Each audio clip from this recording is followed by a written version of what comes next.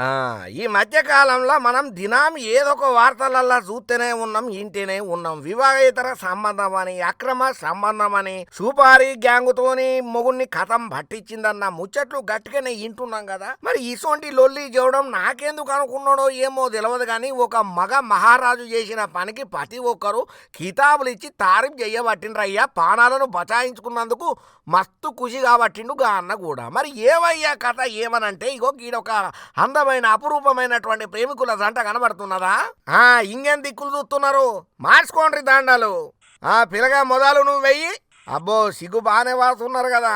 నువ్వు పిసి పొల్లగా దండెత్తే గట్ల కింద పడ్డది మెడలకెంచి తీ మంచిగా. ఈ దండనే చక్కగా వేయరాదు, నీకు కాపురమెట్ట ఎత్తవరా వారి. ఓ అమ్మ వాడు జూనియర్, వాడికి అంత తెలివిలేదు కానీ నువ్వు సీనియర్ కదా, నువ్వు వెయ్యి దండ ఒకసారి. చూసినరా అక్క మస్తు వేసింది దండ. ఇక చూసుకున్నా చాలు కానీ ఇద్దరు చేతులు పట్టుకోండి.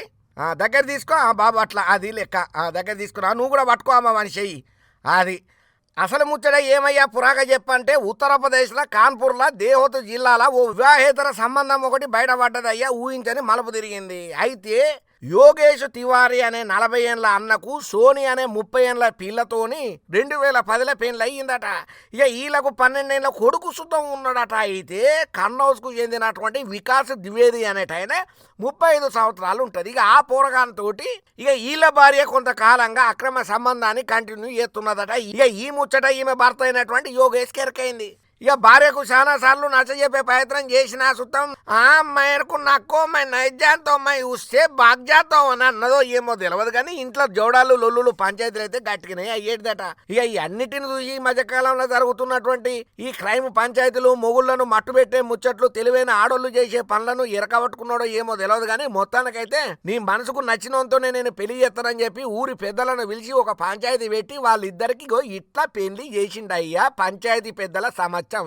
ఇక ఈ ముచ్చట కాస్త సోషల్ మీడియాలో బాగా వైరల్ అవుతోటి అన్నా నువ్వు గ్రేట్ అన్నా, కనీసం నీ పానాలన్నా మిగిలినాయి, పోతే ఓనీలే అన్న ఇంకో పెళ్లి చేసుకోవచ్చు, అక్కడైతే హ్యాపీగా ఉండని, నీ గొప్ప మనసుకు టేకే బోవన్ అని చెప్పి మస్తు కితాబులు ఇచ్చుకుంటా కామెంట్లు పెట్టుకుంటా ఎవరికి తోచినట్టు ట్వీట్లు అయితే గట్టిగానే చేస్తున్నారు అయ్యా.